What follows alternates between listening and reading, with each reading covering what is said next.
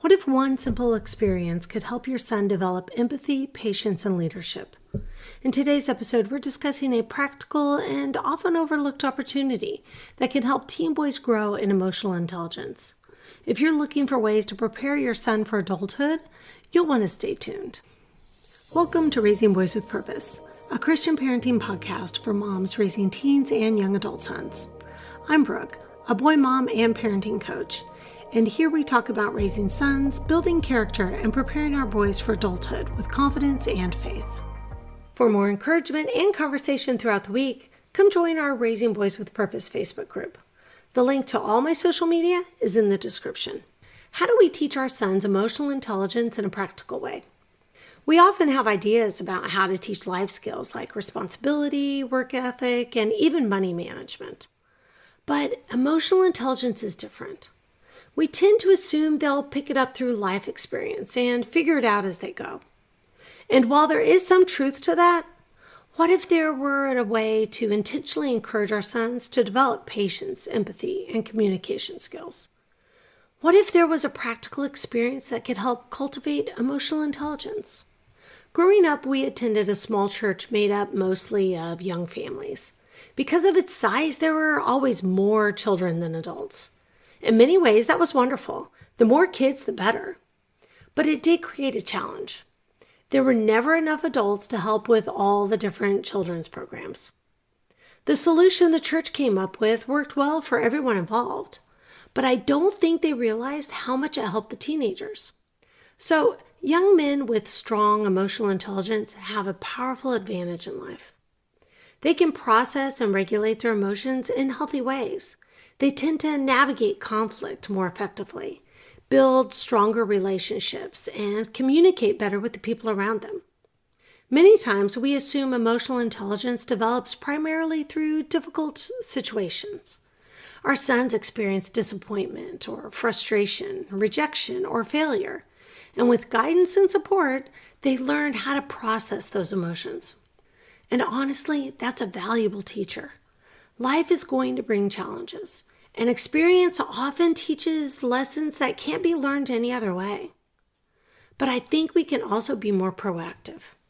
Sometimes we can help our sons grow by challenging them in areas that feel uncomfortable, but in positive, supportive environments. There are many ways to do this, but today I want to focus on one.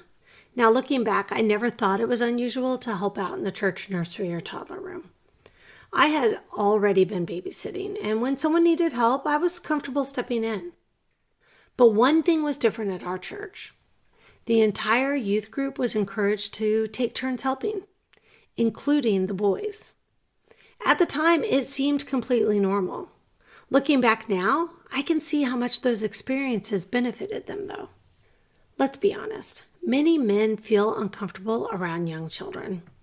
They don't want babies to cry, they aren't always sure what a toddler needs, and most aren't exactly excited about the idea of changing diapers. And to be honest, neither are we. But hopefully one day many of our sons will become fathers. Just as young women can learn valuable life skills through caring for children, teen boys can gain experience in patience, empathy, communication, and responsibility by volunteering in programs designed for younger kids. Society often treats young children as primarily a woman's responsibility. And while many women naturally lean into those nurturing roles, men have so much to offer children as well. Our sons can encourage, teach, guide, protect, and build meaningful relationships with younger children. More importantly, caring for children gives them a unique opportunity to develop emotional intelligence in ways that will benefit them for the rest of their lives.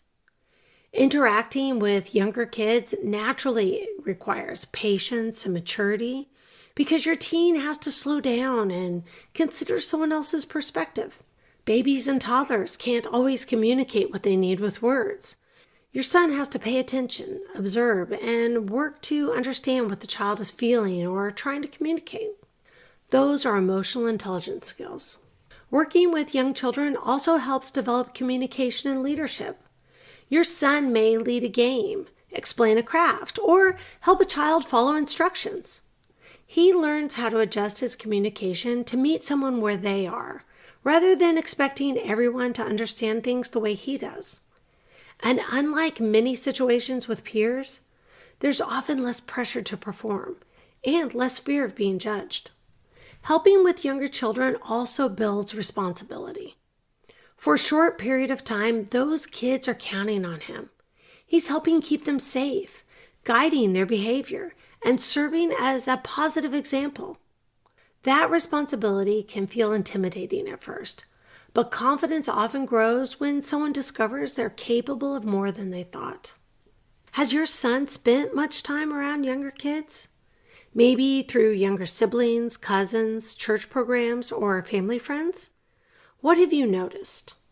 Now, my younger brother was one of the teenagers helping with the toddler group. You could definitely tell he was still a teenager. But when he was with those little kids, something changed. He laughed with them. He helped lead games. He participated in lessons. You could tell he genuinely enjoyed being around them. The same was true for many of the other boys. And if they ever needed help, there was always an adult nearby to step in. Although I have to admit, they somehow managed to avoid changing a dirty diaper. And I would have enjoyed seeing that. Trying something new and stepping outside your comfort zone can be intimidating. Many boys won't admit it, but younger children can feel a little overwhelming. That's why opportunities like Vacation Bible School, church nurseries, summer camps, or community programs can be such a great place to start. There's structured environments with adults nearby, clear expectations, and a limited time commitment. In some cases, you or their dad may even be able to volunteer alongside them, making it a family project. And here's what I love about opportunities like this. The goal isn't to turn your son into a child care expert. The goal is simply to help him grow. Every interaction teaches him something. A little more patience and empathy, a little more confidence, and a little more awareness of the people around him. Those lessons will help him in future careers, future relationships, and maybe one day in his own family. Sometimes emotional intelligence isn't developed through a lesson we teach. Sometimes it's developed through an experience that stretches them just enough to discover who they're becoming. As parents, we don't have to create every opportunity for growth. We simply need to recognize them when they appear and encourage our sons to take the next step. You may be surprised by what they learn and by what they're capable of becoming. If this episode of Raising Boys with Purpose encouraged you, please like this video and subscribe so you don't miss future episodes of this podcast. And if you're raising a teen or young adult son and want encouragement and practical guidance, come join us in the Raising Boys with Purpose Facebook community. The link is below. Thanks for being here today. Now grab your iced coffee, hug your son, and remember, you're raising him with purpose.